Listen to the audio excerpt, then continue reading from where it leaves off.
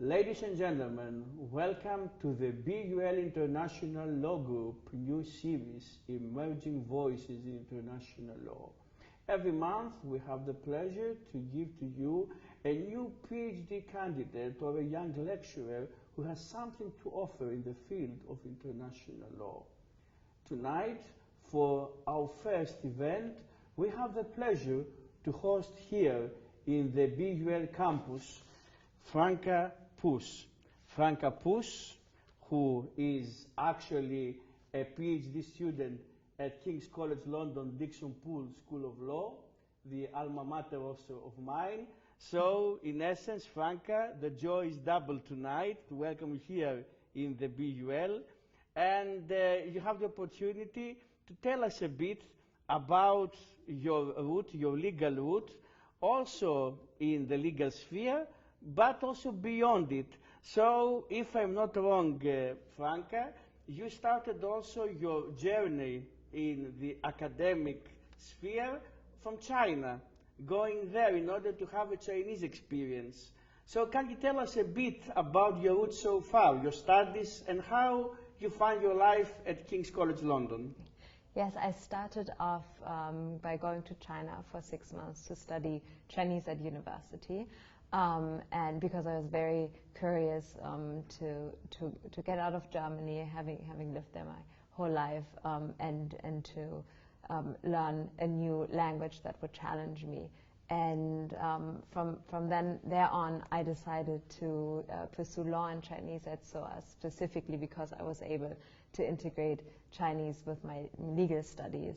And I think I decided to pursue law not because I knew I wanted to be a lawyer or because I knew that that was the future I could envision, but I was very interested in the topics that were relevant, and as well as I was always told it's a very good foundation to learn how to think. So that's how I started out doing that, and then during the duration of the LLB for the 3 years, I started to find my path a little bit. And pursued a master's in global ethics and human rights at King's College afterwards. And I have to say, after I submitted my master dissertation, I thought this couldn't have been it. I enjoyed research so much that then I tried to branch out a bit and come up with something I could see myself researching for a few years, and that's how I having a master's in something that is beyond law, but is not strictly law. Yeah. Do you think it's an asset now in your PhD legal studies? I think it's been very, very helpful because coming in from an LLB mainly focused on the law, and then having to rethink a lot of notions I had fixed in my mind, in the sense that, well, if it's not allowed, it's against the law and it's impermissible, and you just learn a very structured way of thinking. But sometimes loosening those notions up and trying to come from a different perspective really helps you also in law then in itself to have novel ideas or understand different pathways a little better. So it has definitely been an asset to branch out a little bit and understand that. And you had also the advantage of traveling not only from a legal sphere to another, non-strictly speaking legal sphere, but also from a continent to another continent. So how was the transition from Asia to Europe regarding the academic system, regarding the expectations? I think I studied languages in China, so of course that there was a very specific switch to all of the sudden being in the legal sphere and having to write essays and so on. So just the very practical switch in itself was different. But as well, the culture on campus and the debates that were permissible and not permissible. So on campus in China, I did experience that certain topics were off limits that could not be addressed. So coming then to London and voicing certain views and opinions and having the liberty to do so, definitely that was a change and a welcomed one. And especially because you have the privilege to live in a country like China, which is a major international player, and also wants to take advantage of the virtues of international law, because international law can be used in order to advance also the interest of its country. Along these lines, you think that the Chinese perspective of international law, we see endeavors like the Chinese Journal of International Law, we see an interest in China regarding international law as China expands its ambience all over the world. Do you think that the perception of international law is different, the Chinese vis-à-vis the Western perception? And how do you think this perception of international law is going to help China, maybe in its ambitions to create a new profile in the international arena? I mean, I'm by no means a China expert, but from what I've experienced and from what I understand, I think that the policies, of course, in China and that China promotes are always very China-focused and very much how do we advance our very own interests. And I think in international law generally there is some degree of a give and take and some understanding of giving some leeway to make things happen and to collaborate. And I think that could be the greatest hurdle in pursuing that route for China in the world internationally. Because this degree of trust that also is involved might be difficult to establish between certain nations at this moment in time. Indeed, a very valuable experience you had of being able now to compare between different legal systems, between different sociological also frameworks. And that brings me also to the fact that, as you said before, after the LLB at SOAS, which is again a very multicultural university, you found yourself at King's College London doing not an LLM, but doing a master's degree, but at the same time writing a legal dissertation about the role of robots and armed warfare and armed conflict. How did you reach the topic? And in essence, what are the conclusions of yours? So I was first introduced to the topic of lethal autonomous weapon systems when I became a student member of the Turnersteiner Kreis, which is a foundation in Germany that supports people with international interests. And so there, as students, we created the Youth Rethinking Arms Control Group. And through that group, I was introduced to the topic itself and was very, very interested from the beginning of this rethinking of the law in relation to a non-human object, but that directly interacts and decides on life of a human. And so that kind of technical-driven human relationship is really what fascinated me and decided. Maybe also your love for technology played a role in actually configuring this topic. Yes, yes. So in essence, I see afterwards that after this topic, which is very often, of course, to say also to our viewers and to our listeners, that in essence you move now to the PhD degree, again at King's College London, on a slightly different or similar topic when it comes to digital evidence. You think that you move to a different sphere, or you're following a bit the natural consequence of the master's thesis? Yeah, after finishing the thesis, as I said, I thought this couldn't have been it in terms of academia. And I had really enjoyed certain elements of that thesis, which specifically was the consideration surrounding AI and automation and so on.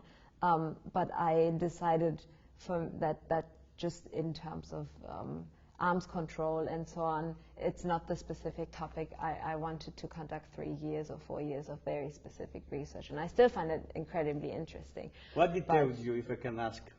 What deterred you from pursuing the particular topic also for a PhD? At that time, I think it's changed a little bit, but it was very male-driven and male voices in that field, and so and then as well, I had always an interest in conflict and so on in terms of criminal justice. So that was really an element I tried to bring in with my PhD, and so the orientation shifted a bit to more the international criminal law sphere and away from understanding lethal weapons and the law surrounding that.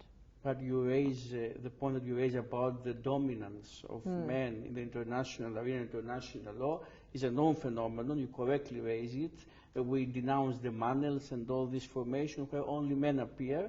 And it's very interesting, the point that you raise, that sometimes you also felt maybe a bit secluded, at least in the particular topic. But at the same time, you are right, the particular topic has a connotation with international criminal law because the laws of war, indeed, maybe international criminal law is the natural extension of the laws of war when it comes to punishment and attribution of any certain behaviors to people. And along these lines, we're speaking about digital evidence. You're focusing on which aspect of digital evidence?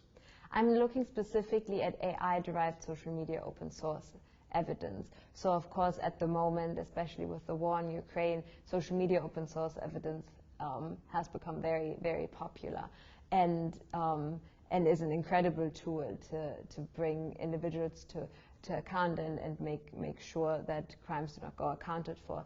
But at the same time, one major issue with that kind of evidence is that there's so much available.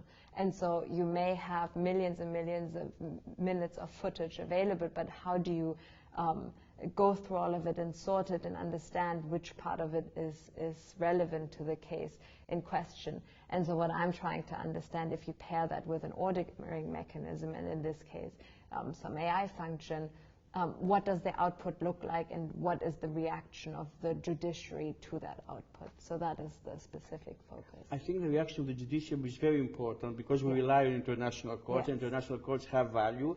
I would ask you, though, what is the role of quasi-judicial bodies? Do you think that this whole thematic and problematic can apply also to quasi-judicial bodies, like commissions of inquiry, for example? Yes, I think the role here is, I chose the ICC because it's a very big body and there is literature and cases available to understand how the court thinks. But generally speaking, understanding what this kind of evidence paired with AI does to the perception of any individual and to how you form opinions and how you understand a story or how you understand a piece of evidence is generally very important to do. So I think it's applicable to any court, any quasi-judicial body, anyone that has to make decisions. It is a topic of the future, maybe, not only technological, the technology of the future, but also the topic of the future. Now, I will dare to ask you the question, and I don't know if you have a clear answer for this. We have recently, in America, in the US, we have the Berkeley Protocol on digital evidence. Here in Europe, we have the Leiden Guidelines. Both continents maybe have a kind of an informal competition here in the particular field. They contribute, big universities, Berkeley, Leiden, regarding the elaboration of these issues. Do you think that the field of digital evidence is an American-driven field or a European one? Or there is parity between the two continents here? I think when I first started researching for my PhD, even before I applied to get the proposal ready, it was very much still an American-driven field. So in that year, I think it was end of 2020 maybe, very much. But since I started my PhD, and as I said before, with the emergence of the relevance of this kind of evidence in with the Ukrainian conflict, it's become a lot more global from all countries. A lot of scholars are now engaged with it. So I think there are a lot of diverse voices now involved, which is really interesting and great, because obviously with this kind of evidence, it's important that, especially where conflicts are happening, that people do get a voice, and academics in that area do get a voice and understanding of what that means. And I assume also your writings, apart from the PhD, you engage also with other writings right now.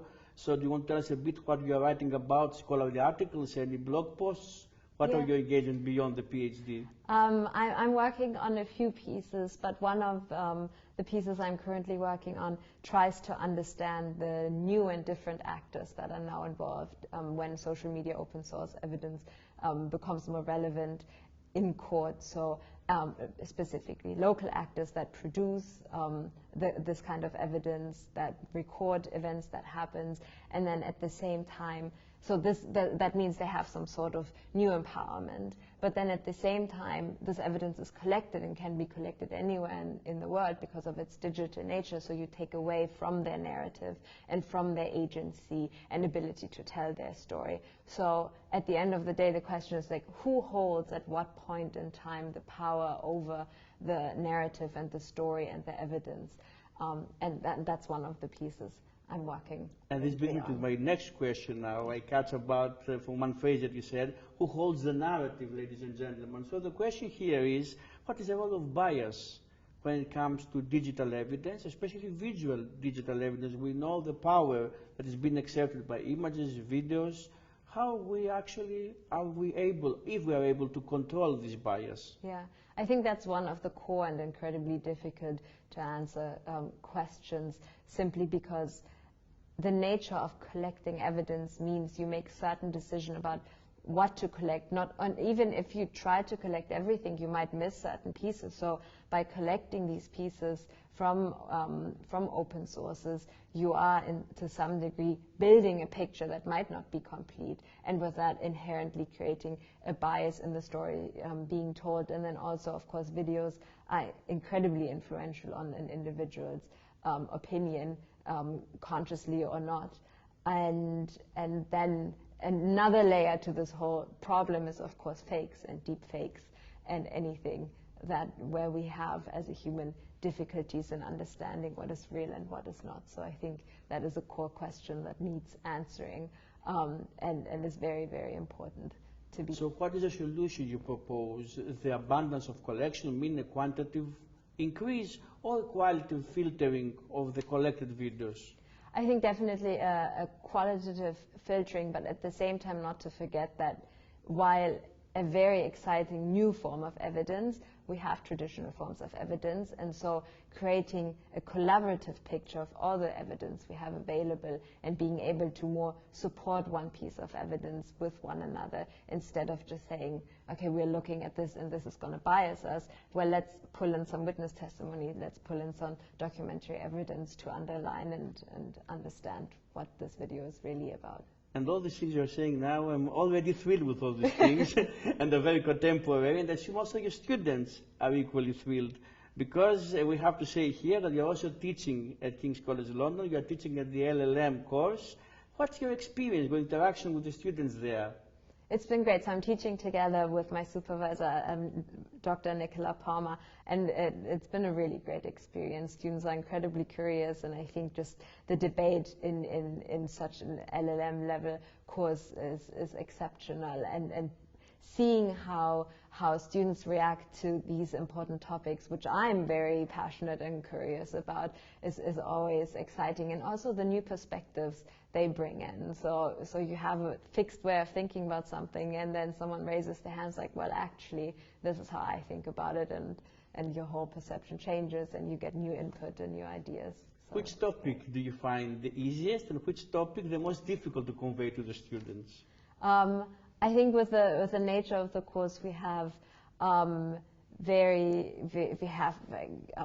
child soldiers as a topic. We have trafficking as a topic. So these very big legal topics are always excellent for debate. I think anything a bit more procedural and so on in international criminal law and transnational criminal law is a bit more difficult to convey, as well as these big subject areas. And the last question, because I touched upon the teaching, but you're also a recent graduate fellow here in the UTL Center for Politics, Philosophy and Law, again at King's College London.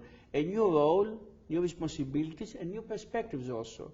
So my question is, can philosophy and law be reconciled also with politics? Are we speaking about triangular interaction? Are we speaking about a new duet, philosophy and law? What's happening there?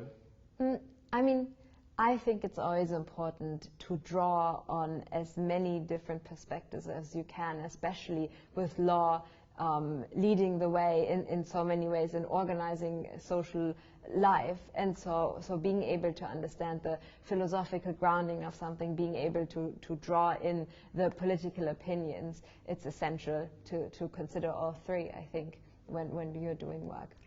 Franka, thank you very much for this interview. I think also our viewers and our listeners also enjoyed. I certainly enjoyed having you with us tonight. Ladies and gentlemen, it was Franka Pues from King's College London. I'm Dr. Solon Solomon from the BUL School of Law and co-director of the BUL International Law Group.